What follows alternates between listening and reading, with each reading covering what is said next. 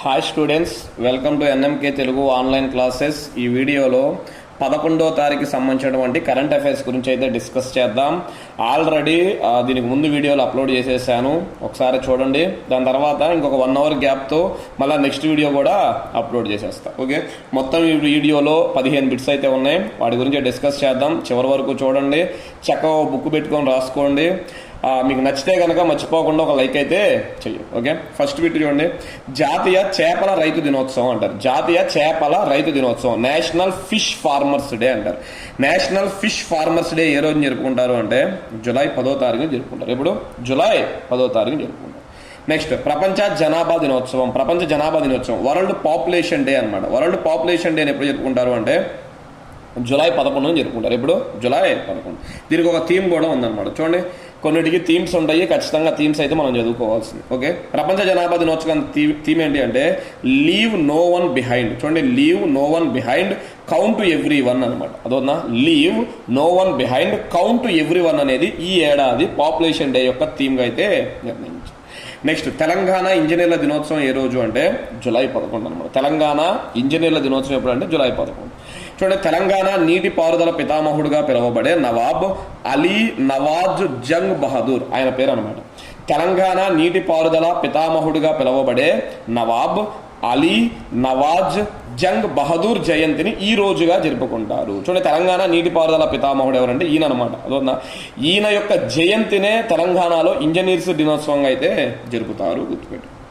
Next దాని తర్వాత 4 కొలంబో భద్రతా సదస్సు అంటారు. కొలంబో భద్రతా సదస్సు, కొలంబో సెక్యూరిటీ కాన్క్లేవ్ అంటారు అనమాట. అద్భుతం ఇంగ్లీష్లో. అయితే 5వ సభ్య దేశంగా దేనికి స్వాగతం పలికింది? చూడండి, కొలంబో సెక్యూరిటీ కాన్క్లేవ్ లేదా కొలంబో భద్రతా సదస్సు 5వ సభ్య దేశంగా దేనికి స్వాగతం పలికింది? ఆల్రెడీ దీంట్లో 4 దేశాలు ఉన్నాయి, ఇప్పుడు 5వ దేశానికి స్వాగతం పలికింది. 5వ దేశం ఏది అంటే బంగ్లాదేశ్ అనమాట. చూడండి, ఇక్కడ రాశాను, కొలంబో సెక్యూరిటీ కాన్క్లేవ్ సిఎస్సి అంటారు. నిర్వహించిన సమావేశంలో బంగ్లాదేశ్కు 5వ సభ్యునిగా స్వాగతించింది. బంగ్లాదేశ్ను 5వ, ఇది గుర్తుపెట్టుకోవాలి.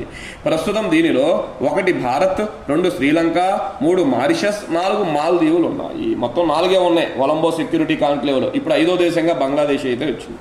అదేవిధంగా సీషెల్స్ దేశం పరిశీలకుల దేశంగా ఉంది. సీషెల్స్ అని చెప్పి ఒక దేశం ఉంది. ఈ సీషెల్స్ అనే దేశం ఎలా ఉంది అంటే పరిశీలక హోదాలో ఉంది. ఇంకా దీనికి నెంబర్ అయితే ఇవ్వాల. ఇప్పుడు మనకి బంగ్లాదేశ్కి 5వ నెంబర్ అయితే ఇచ్చారు. నెక్స్ట్ వింబుల్డన్ ఫైనల్కు చేరిన మొట్టమొదటి ఇటలీ దేశ మహిళా టెన్నిస్ ప్లేయర్ ఎవరు? వింబుల్డన్ ఫైనల్కు చేరిన మొట్టమొదటి ఇటలీ దేశ మహిళా టెన్నిస్ ప్లేయర్ ఎవరు అంటే జాస్మిన్. ఆమె పేరు చూడండి, జాస్మిన్ పావోలిని అంటారు. జాస్మిన్ పావోలిని అనే పేరుతో అయితే పిలుస్తారు. ఓకే, ఆమె ఇటలీ దేశం అంటే ఫస్ట్ టైం ఇటలీ దేశం మహిళ ఫైనల్కి వెళ్ళింది.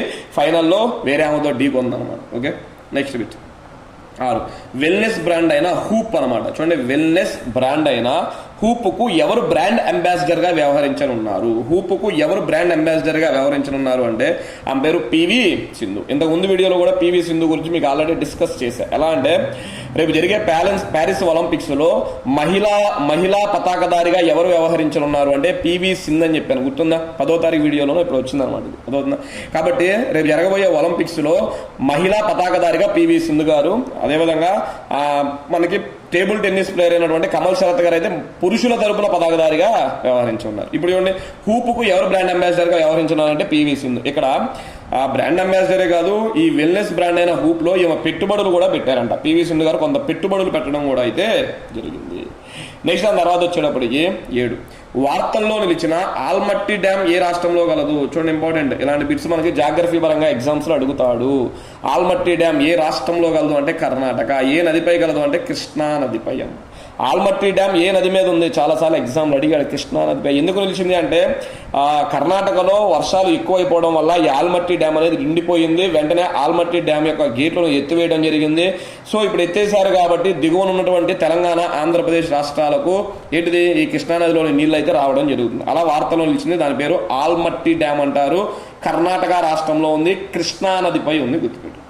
నెక్స్ట్ మహిళా నేర శిక్షా స్మృతిలోని ఏ సెక్షన్ ప్రకారం ముస్లిం మహిళలకు కూడా భరణం చెల్లించాలని సుప్రీంకోర్టు ఆదేశించింది? చూడండి, మహిళా నేర శిక్షా స్మృతిలోని ఏ సెక్షన్ ప్రకారం ముస్లిం మహిళలకు కూడా భరణం చెల్లించాలని సుప్రీంకోర్టు ఆదేశించింది అంటే సెక్షన్ 125. మహిళా నేర శిక్షా స్మృతి అందరికీ వర్తించింది, ముస్లిం మహిళలకు కూడా వర్తించింది. ఎవరైనా ముస్లింలో గనక విడాకులు తీసుకున్నట్లయితే ఖచ్చితంగా ముస్లిం మహిళలకు కూడా సెక్షన్ 125 ప్రకారం ఏం చెల్లించాలి? భరణం చెల్లించాల్సిందే. ఎందుకంటే ముస్లింస్ విడిపోయేటప్పుడు మత పెద్దల మధ్యలో వాళ్ళు విడిపోతారు. ఆ మత పెద్దల మధ్యలో విడిపోయినప్పుడు కొంత డబ్బుని ఆ మహిళకి ఇవ్వడం అయితే జరిగింది అనమాట. అదవుతుందా? కానీ అఫీషియల్ గా మనకి సెక్షన్స్ ప్రకారం చూసుకున్నట్లయితే భరణం చెల్లించాలి. ఇది మహిళా నేర శిక్షా స్మృతి ఈ చట్టంలోని సెక్షన్ 125 అనేది ముస్లిం మహిళలకు కూడా. ఓకే, సారీ అండి, మధ్యలో ఫోన్ అయితే స్విచ్ ఆఫ్ అయిపోయింది. నెక్స్ట్ దాన్ని కంటిన్యూగా చూసుకుందాం. 9, ఆర్మీ హాస్పిటల్లో కమాండర్ గా ఎవరు బాధ్యతలు స్వీకరించారు? చూడండి, ఆర్మీ హాస్పిటల్లో కమాండర్ గా ఎవరు బాధ్యతలు స్వీకరించారు అంటే శంకర్ నారాయణ్ అంటారు. ఏం పేరు? శంకర్ నారాయణ్. నెక్స్ట్, ఏ రాష్ట్రంలో తరచుగా వంతెనలు కూలుతూ వార్తల్లో నిలిచాయి? చూడండి, ఒక రాష్ట్రంలో తరచుగా వంతెనలు కూలిపోతా వార్తల్లో నిలిచింది ఏ రాష్ట్రం అంటే బీహార్. ఆల్మోస్ట్ బీహార్ రాష్ట్రంలో 15 వంతెనలు ఈ నెల రోజుల కాలంలో ఏంటిది కూలిపోవడం అనేది జరిగింది. రోజు మార్చి రోజు 2 రోజులు ఒక వంతెన అనేది కూలిపోతానే ఉంది. అలా వార్తలు అయితే మనం నిలిచింది. నెక్స్ట్ దాని తర్వాత చూసుకున్నట్లయితే 11, ఇటీవల ఏ దేశంలోని హ్యూస్టన్ నగరంపై బెరైల్ తుఫాను విరుచుకుపడింది? చూడండి, తుఫాను పేరు బెరైల్ అనమాట. ఇటీవల ఏ దేశంలోని హ్యూస్టన్ నగరంపై బెరైల్ తుఫాను విరుచుకుపడింది అంటే అమెరికా. ఏంటిది? అమెరికా. లేదా ఎగ్జామ్లో రివర్స్ అడుగుతారు బిట్టు. ఇటీవల అమెరికాలోని హ్యూస్టన్ నగరంపై విరుచుకుపడిన తుఫాన్ పేరేమిటి అంటే బెరైల్ తుఫాన్ అంటారు. అమెరికా దేశం, గుర్తుపెట్టుకోండి. Next 12, joint defence cooperation committee అనే ఏ 2 దేశాల మధ్య జరిగిన 12వ ఎడిషన్. చూడండి, జాయింట్ డిఫెన్స్ కోఆపరేషన్ కమిటీ అనమాట, జేడీసీసీ అంటారు. జాయింట్ డిఫెన్స్ కోఆపరేషన్ కమిటీ అనేది ఏ 2 దేశాల మధ్య జరిగిన 12వ ఎడిషన్ అంటే యుఏఈ అండ్ ఇండియా. యుఏఈ అంటే యునైటెడ్ అరబ్ ఎమిరేట్స్ అంటారు అనమాట. దేశం పేరు అది. యుఏఈ, ఇండియా దేశాల మధ్య 12వ ఎడిషన్ జరిగింది. జేడీసీసీ అంటారు. ఎక్కడ జరిగింది అంటే చూడండి, ఈ సమావేశం యుఏఈలోని అబుధాబిలో జరిగింది. ఎక్కడ? అబుధాబిలో జరిగింది. నెక్స్ట్, తెలంగాణ నూతన డీజీపీగా ఎవరు బాధ్యతలు స్వీకరించారు? తెలంగాణ నూతన డీజీపీగా ఎవరు బాధ్యతలు స్వీకరించారు అంటే ఆయన పేరు జితేందర్ రెడ్డి అంటారు. ఏం పేరు? జితేందర్ రెడ్డి. నెక్స్ట్ 14, ప్రపంచంలోనే మొదటిసారిగా జరిగిన మిస్ ఏఐ అందాల పోటీలో ఎవరు విజేతగా నిలిచారు? ప్రపంచంలో మొదటిసారిగా జరిగిన మిస్ ఏఐ అందాల పోటీలో ఎవరు విజేతగా నిలిచారు అంటే కెంజా లైలీ అంటారు. చూడండి, మిస్ ఏఐగా కెంజా లైలీ ఏ దేశము అంటే మొరాకో దేశం అన్నమాట. ఇంపార్టెంట్ బిట్, ఇలాంటి అడగడానికి ఛాన్స్ ఉందండి. నెక్స్ట్, 3D మ్యాపింగ్తో మొట్టమొదటిసారిగా మినీ బ్రెయిన్ను ఎవరు అభివృద్ధి చేశారు? చూడండి, 3D మ్యాపింగ్తో మొట్టమొదటిసారిగా మినీ బ్రెయిన్ను ఎవరు అభివృద్ధి చేశారు అంటే యూనివర్సిటీ ఆఫ్ కాలిఫోర్నియా అంటారు. యూనివర్సిటీ ఆఫ్ కాలిఫోర్నియా ఒక మినీ బ్రెయిన్ అనమాట 3D మ్యాపింగ్ ప్రకారం తయారు చేశారు. దీని పేరు ఏం పేరు అంటే కీమోరాయిడ్ అంటారు. ఏం పేరు?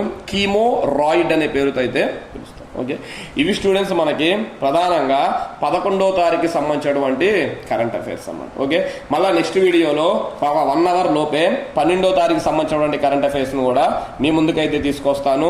దయచేసి చూస్తున్న వాళ్ళందరూ ఒక లైక్ చేయండి. మీరు లైక్లు ఎక్కువ చేస్తూ ఉంటే నాకు కూడా తొందరగా పని కంప్లీట్ చేసుకుని వీడియోలు చేయాలని అయితే అనిపిస్తుంది. మీరు చాలామంది చూస్తున్నారు కానీ లైక్ చేయట్లేదు. నేను ఎందుకు లైక్ చేయమంటున్నాను అంటే ఎంతమంది చూస్తున్నారు చివరి వరకు అనేది నాకు తెలిసిద్ది అనమాట. దాన్ని బట్టి నేను ఇంకా వీడియోస్ని పెంచాలా వద్దా అనేది డిసైడ్ చేసుకుంటా. అందుకే మిమ్మల్ని లైక్ అయితే చేయమంటున్నా. Okay, thank you.